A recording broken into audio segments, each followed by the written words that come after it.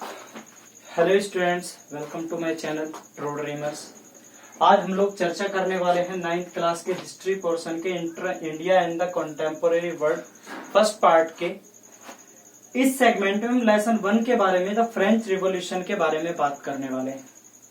अब French revolution को समझने से पहले हमें कुछ चीजों को समझना होगा। सबसे पहले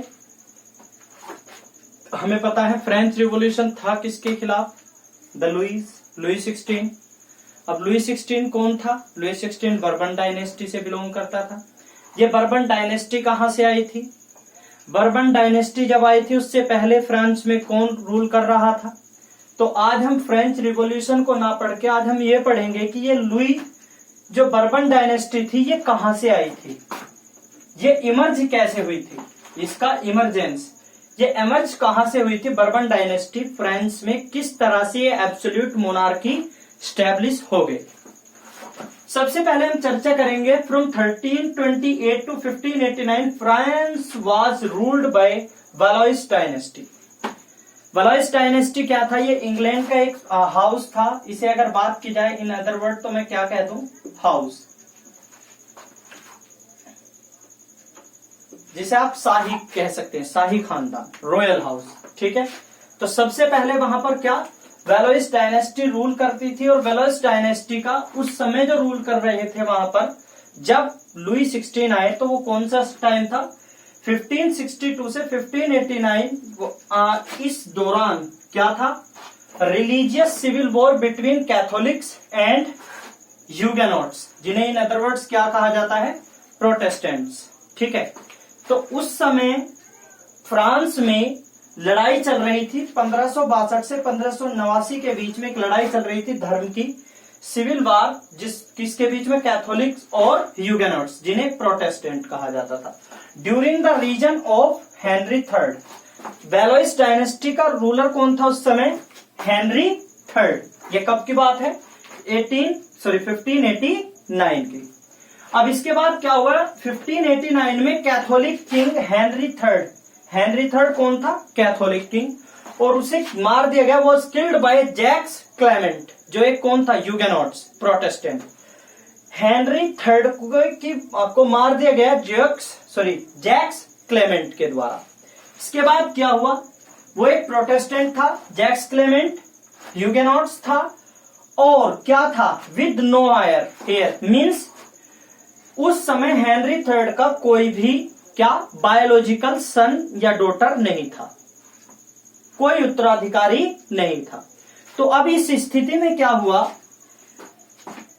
हेनरी थर्ड का ब्रदर इन लॉ कौन था? Brother in law Henry bourbon.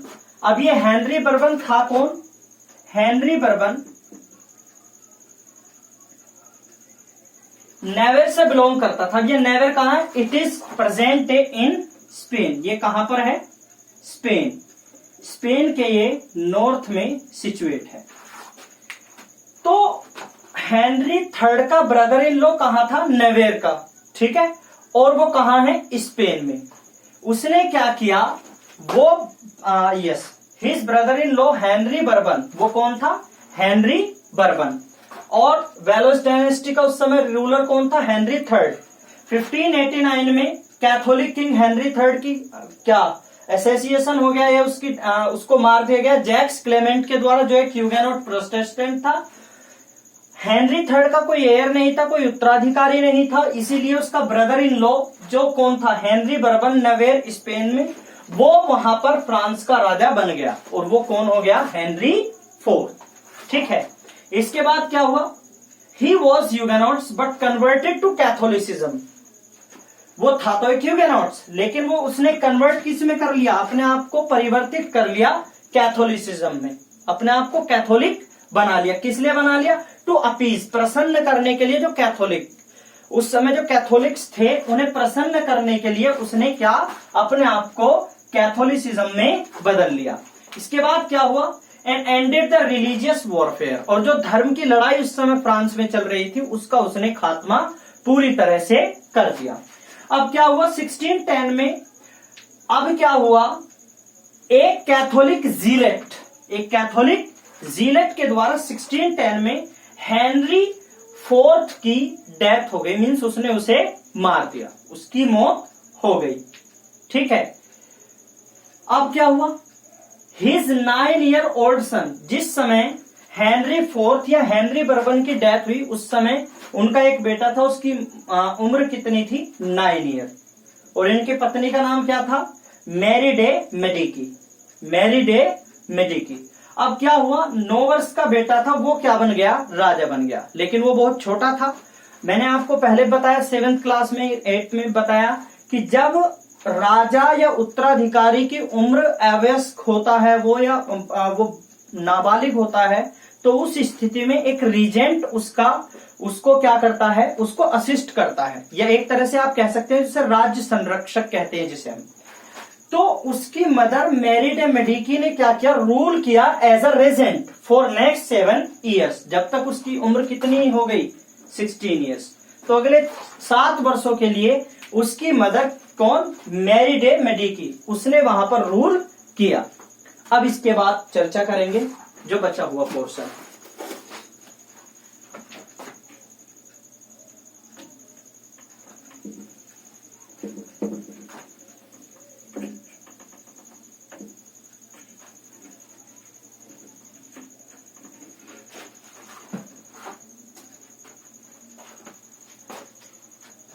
चूंकि मैरी डे मेडिकी एक लेडी थी, उसका एक एडवाइजर था, ठीक है, उस एडवाइजर का नाम क्या था,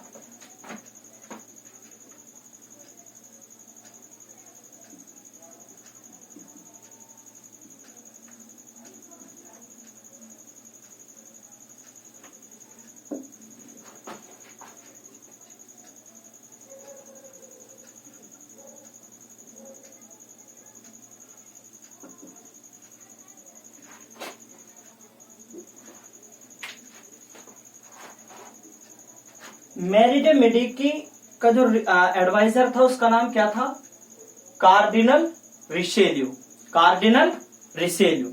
अब कार्डिनल रिशेल्यू कौन था, एडवाइजर था मैरी डे मेडिकी का। इसकी हेल्प से, चूंकि एक बहुत अच्छा गवर्नमेंट ऑफिशियल था, बहुत अच्छा गवर्नमेंट, इसने अलग अलग पॉलिसीज इंट्रोड्यूस की। और इसके बाद जब लुई 13, कौन, लुई 13, जब लुई 13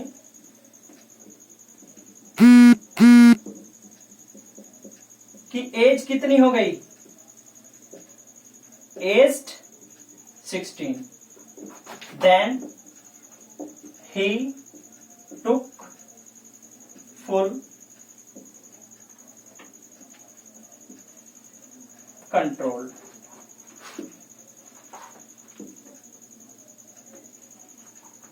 of फ्रांस। और कार्डिनल रिशेल्यू के साथ उसने मिलकर कई सारी पॉलिसीज को इस्टेब्लिश किया, जैसे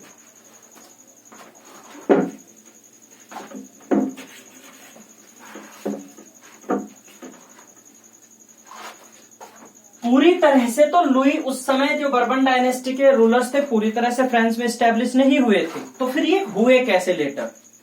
अब क्या हुआ, कार्डिनल रिशेल्यू के साथ मिलकर लुई 13 ने क्या किया, एक प्लान बनाया, प्लान टू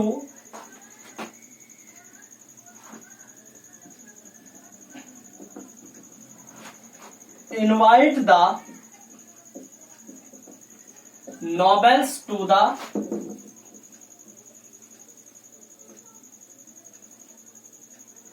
royal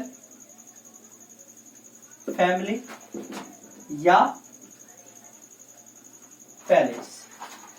लुई 13 ने प्लान बनाया कि भाई अगर ये नोबल्स पूरी तरह से क्या करेंगे, ये नोबल्स तो पूरी तरह से स्टैब्लिश्ड हैं फ्रांस में, और इनके बिना हम पूरी तरह से एब्सोल्यूट पावर बन नहीं सकते। लुई 13 को क्या लगा कि इनकी सपोर्ट के बिना हम यहां पर एक एब्सोल्यूट मोनार्की स्टैब्लिश नहीं कर सकते। तो क्या हुआ ये कि यहां पर नोबेल्स के पास क्या अधिकार था? जुडिशियरी मीन्स जो लोकल थे, लोकल जुडिशियरी का अधिकार था। They collect tax as well. So expenditure कहां से आता था? टैक्स से। टैक्स किसे मिल रहा था? नोबेल्स को। तो कार्डिनल रिशेल्यू और लुई 13 ने मिलकर एक प्लान बनाया, इन्हें इनवाइट किया, इन्हें कहा कि आप हमारे साथ आइए, और इन्हें इन्होंने कहा we will give you special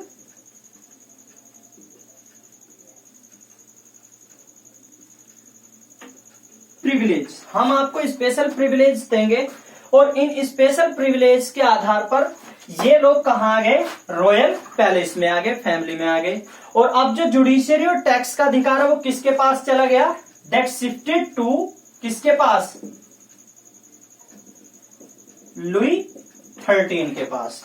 ठीक है, ये इन्होंने अपना जो अधिकार है वो खो दिया एक तरह से, या ये इनके साथ क्या हो गए? बॉन्डेड हो गए, इनके साथ मिल गए। और इसके बाद लुई 13 ने क्या किया? फ्रांस में पूरी तरह से अपने आप को क्या किया? स्थापित किया, एस्टैब्लिश्ड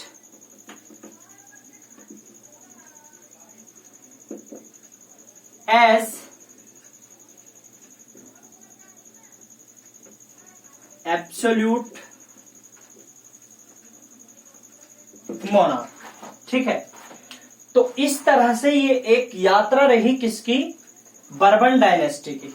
अब लुई 13 आकर ये लुई डायनेस्टी, जिसके आने वाले हेयर के लुई 16 के मीन्स रूल के दौरान फ्रांस में यस रिवॉल्यूशन आया, उसके बारे में हम चर्चा करेंगे बाद में। पहले मैंने बताया कि किस तरह से बर्बन डायनेस्टी वैसोलिक डायनेस्टी से, पहले वैसोलिक डायनेस्टी 1328 से 1589 में हेनरी थर्ड की डेथ हो गई, उन्हें मार दिया गया कैथोलिक के द्वारा। ठीक है, उसके बाद वहां पर उनके जो ब्रदर इन लॉ थे, जिसका नाम क्या था? हेनरी बर्बन, वो वहां पर राजा बने, और इस तरह से बर्बन डायनेस्टी की शुरुआत हुई 1589 में बर्बन डायनेस्टी की शुरुआत हुई। बर्बन डायनेस्टी की शुरुआत होने के बाद पूरी तरह से बर्बन डायनेस्टी फ्रांस में एस्टेब्लिश नहीं हुआ था। फिर क्या हुआ? 1610 में हेनरी फोर्थ और हेनरी बर्बन को मार दिया गया कैथोलिक जीलट के द्वारा। कैथोलिक जीलट के द्वारा जब मार दिया गया तो उस समय लुई 13 उनके बेटे थे। ठीक है, और उनकी इसके लुई 13 की माता, या इन अदर वर्ड में कहूं अगर कि जो हेनरी फोर्थ थे या हेनरी बर्बन, उनकी पत्नी का क्या नाम था? Marie de Medici. ठीक है, तो जब 1610 में हेनरी फोर्थ की को मार दिया गया कैथोलिक जीलट के द्वारा, उस समय इनकी लुई 13 की एज कितनी थी? 9 इयर्स। तो 9 ईयर की एज में वो राजा बने और लुई 13 वहां पर स्टैब्लिश हुए एज अ किंग। 7 वर्षों तक इनकी मदर मैरी डे मेडिकी ने इनके रिजेंट की तरह से काम किया, और उनके एडवाइजर कौन थे? Cardinal Richelieu. कार्डिनल रिशेल्यू के साथ मिलकर लुई 13 ने प्लान बनाया, इनवाइट किया सभी नोबेल्स को कि भैया आप आइए, आप जुडिशियरी और टैक्स का अधिकार छोड़िए और हम आपको जगह देंगे रॉयल फैमिली में। इस तरह से यहां पर लुई या बर्बन डायनेस्टी पूरी तरह से स्टैब्लिश हो गया, पूरी तरह से स्टैब्लिश हो गया। और अब हम पढ़ेंगे कि इन्होंने किस तरह से एक्सप्लॉइट किया फ्रांस में। That will be discuss in the next video. Okay, तो अभी आपके लिए कुछ क्वेश्चंस हो सकते हैं यहाँ पर। जैसे मैं आपसे क्वेश्चन नंबर 1 पूछ सकता हूं कि बताइए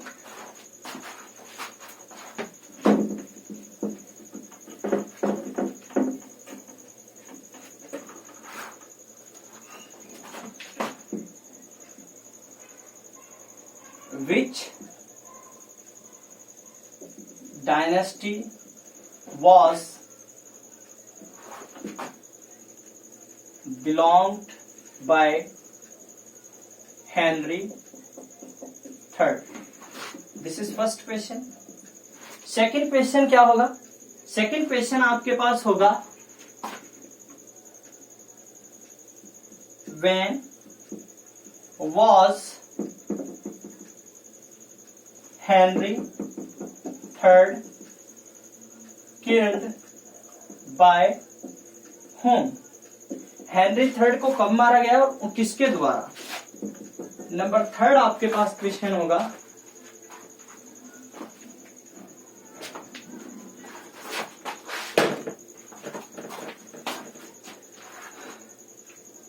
थर्ड आपके पास क्वेश्चन होगा,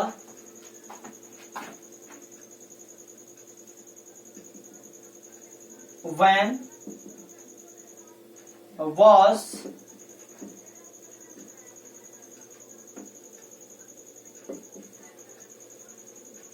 Henry Bourbon killed? From which country Henry Bourbon belonged to? And the last question is, name the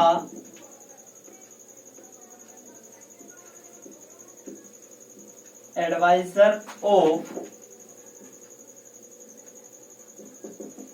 Louis the 13th। Okay, ये आपके पास क्वेश्चन है। आपको इन सभी क्वेश्चंस के आंसर करने हैं। वीडियो ध्यान से पढ़िए, ध्यान से देखिए और इन सभी क्वेश्चंस के आंसर करिए। नेक्स्ट वीडियो में हम चर्चा करेंगे फ्रेंच रिवॉल्यूशन शुरू कैसे हुआ। ठीक है, उससे पहले आपको मैं कुछ क्वेश्चन और दे सकता हूं। एक क्वेश्चन जैसा हम लोगों ने 8th क्लास में डिस्कस किया था, right the main reasons of a revolt. ये क्वेश्चन बहुत इंपॉर्टेंट है। अगर ये क्वेश्चन का आंसर आप जानते हैं, then you will definitely easily understand the lesson the French revolution. Okay, तो ये 6 क्वेश्चन आपके पास अब हो गए। You have to give the answer of all these 6 questions. All the very best, stay safe and be attentive while studying. Okay, thank you.